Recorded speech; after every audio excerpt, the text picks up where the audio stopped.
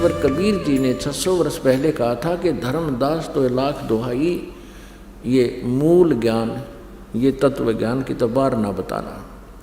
परमेश्वर ने अपनी वाणी में लिखा है, कबीर सागर में, सच्चिदानंद घन ब्रह्म की वाणी में, सूक्ष्म वेद में, उस तत्व ज्ञान में कि 33 अरब वाणी हम बाख्या, यानी 33 अरब ज्ञान हम बाखा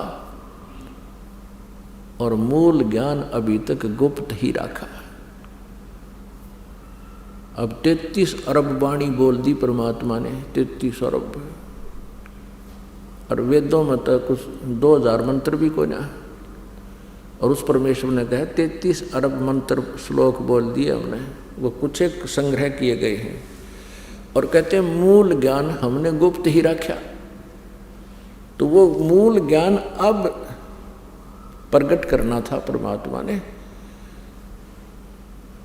अब वो प्रकट हो रहा है। सन 1947 से भारतवर्ष स्वतंत्र हुआ, उसी समय से समझ लो या पिछली पीढ़ी यानी दूसरा मध्य का चरण शुरू हो गया। प्रथम चरण में परमात्मा आए थे और मगहर से सहशरीर चले गए थे। मगहर नगर से, एक नगर है, एक छोटा सा कस्बा है मगहर, गोरखपुर के पास, वहाँ से परमात्मा सहशरीर चले गए थे और हजारों की संख्या में वहाँ दर्शक उपस्थित थे, जिसमें वीरदेव सिंह बघेल, काशी का नरेश और उसकी सेना और काशी शहर के हजारों की संख्या में दर्शक भी साथ गए थे। और वहाँ मगहर रियासत का बिजली खान नाम का एक पठान था, वो नवाब था, वो भी परमेश्वर कबीर जी का शिष्य था। वीरदेव सिंह बघेल हिंदू भी परमात्मा का शिष्य था। वो दोनों ही भाई उपस्थित थे, हिंदू और मुसलमान दोनों ही परमात्मा के ज्ञान से परिचित हुए थे, दोनों ने परमात्मा को गुरु धारण किया था। तो परमात्मा परमेश्वर कबीर जी ने जिस समय यहाँ से प्रस्थान करना था वो दिन निर्धारित कर दिया था, जिस कारण से कई हजारों की संख्या में श्रद्धालु और दर्शक उपस्थित थे। परमात्मा सहशरीर ऊपर आकाश को चले गए थे। अब परमात्मा ने कहा था कि मूल ज्ञान तब तक छुपाई जब तक ये 12 पंथ ना मिट जाए। अब 12 पंथ काल ने चला दिए।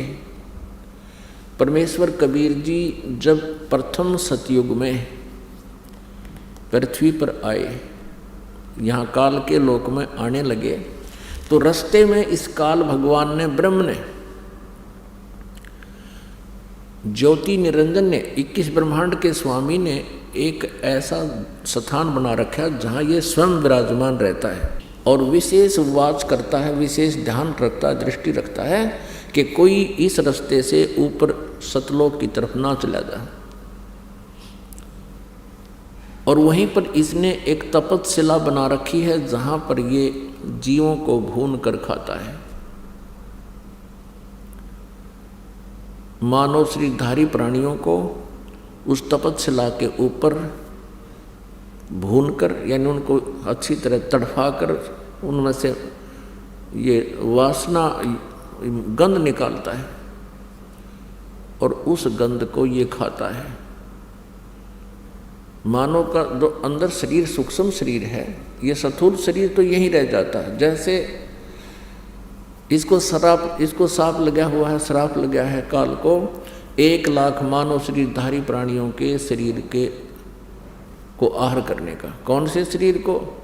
स्थूल शरीर के अंदर सूक्ष्म शरीर है, सूक्ष्म शरीर के अंदर पूरे जीवन में हम जितने भी चटपटे खट्टे मीठे आहार करते हैं, व्यसन करते हैं, आप देखते हो मानुष जीवन का आहार, पशु पक्षियों को देखो आप, एक सात्विक आहार करते हैं कुछ पक्षी, और कुछ एक ऐसे हैं मांसाहारी हैं जो मेंढक मच्छी आदि खाते हैं।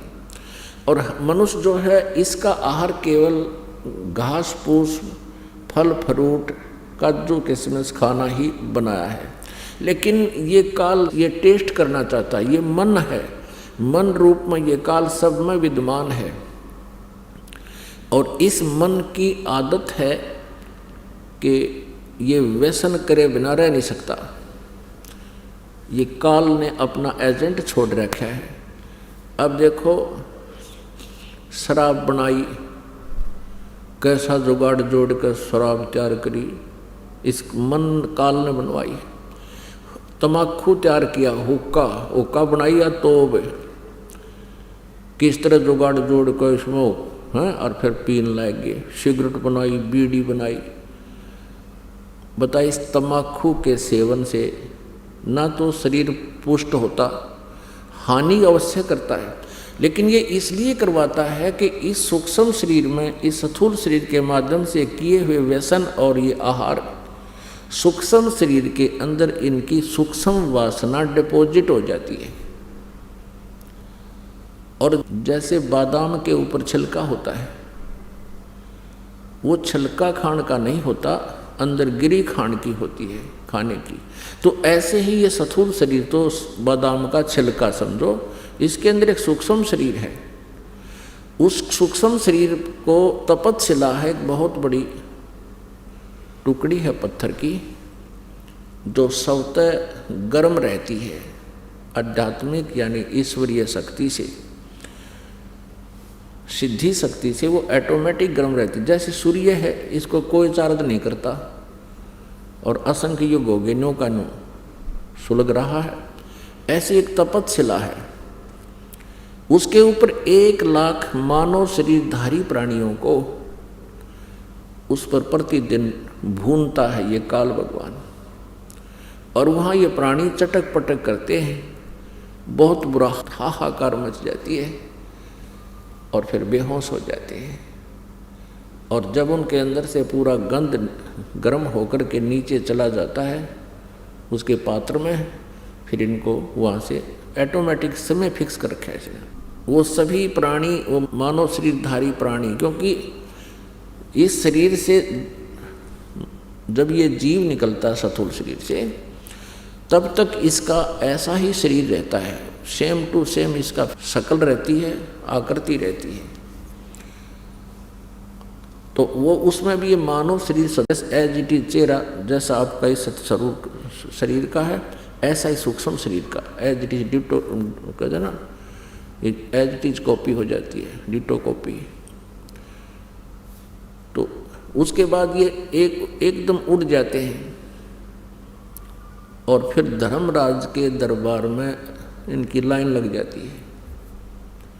फिर आगे जैसे जिनके कर्म हैं, संस्कार हैं, उस अनुसार जिसने नरक में जाना नरक में जाओ, स्वर्ग में जाना स्वर्ग में जाओ, राजा बनना है राजा बन जाओ, देवता बनना है देवता बन जाओ, गधा बनना है गधा बन जाओ। वो अलग से संस्कार बना रखे।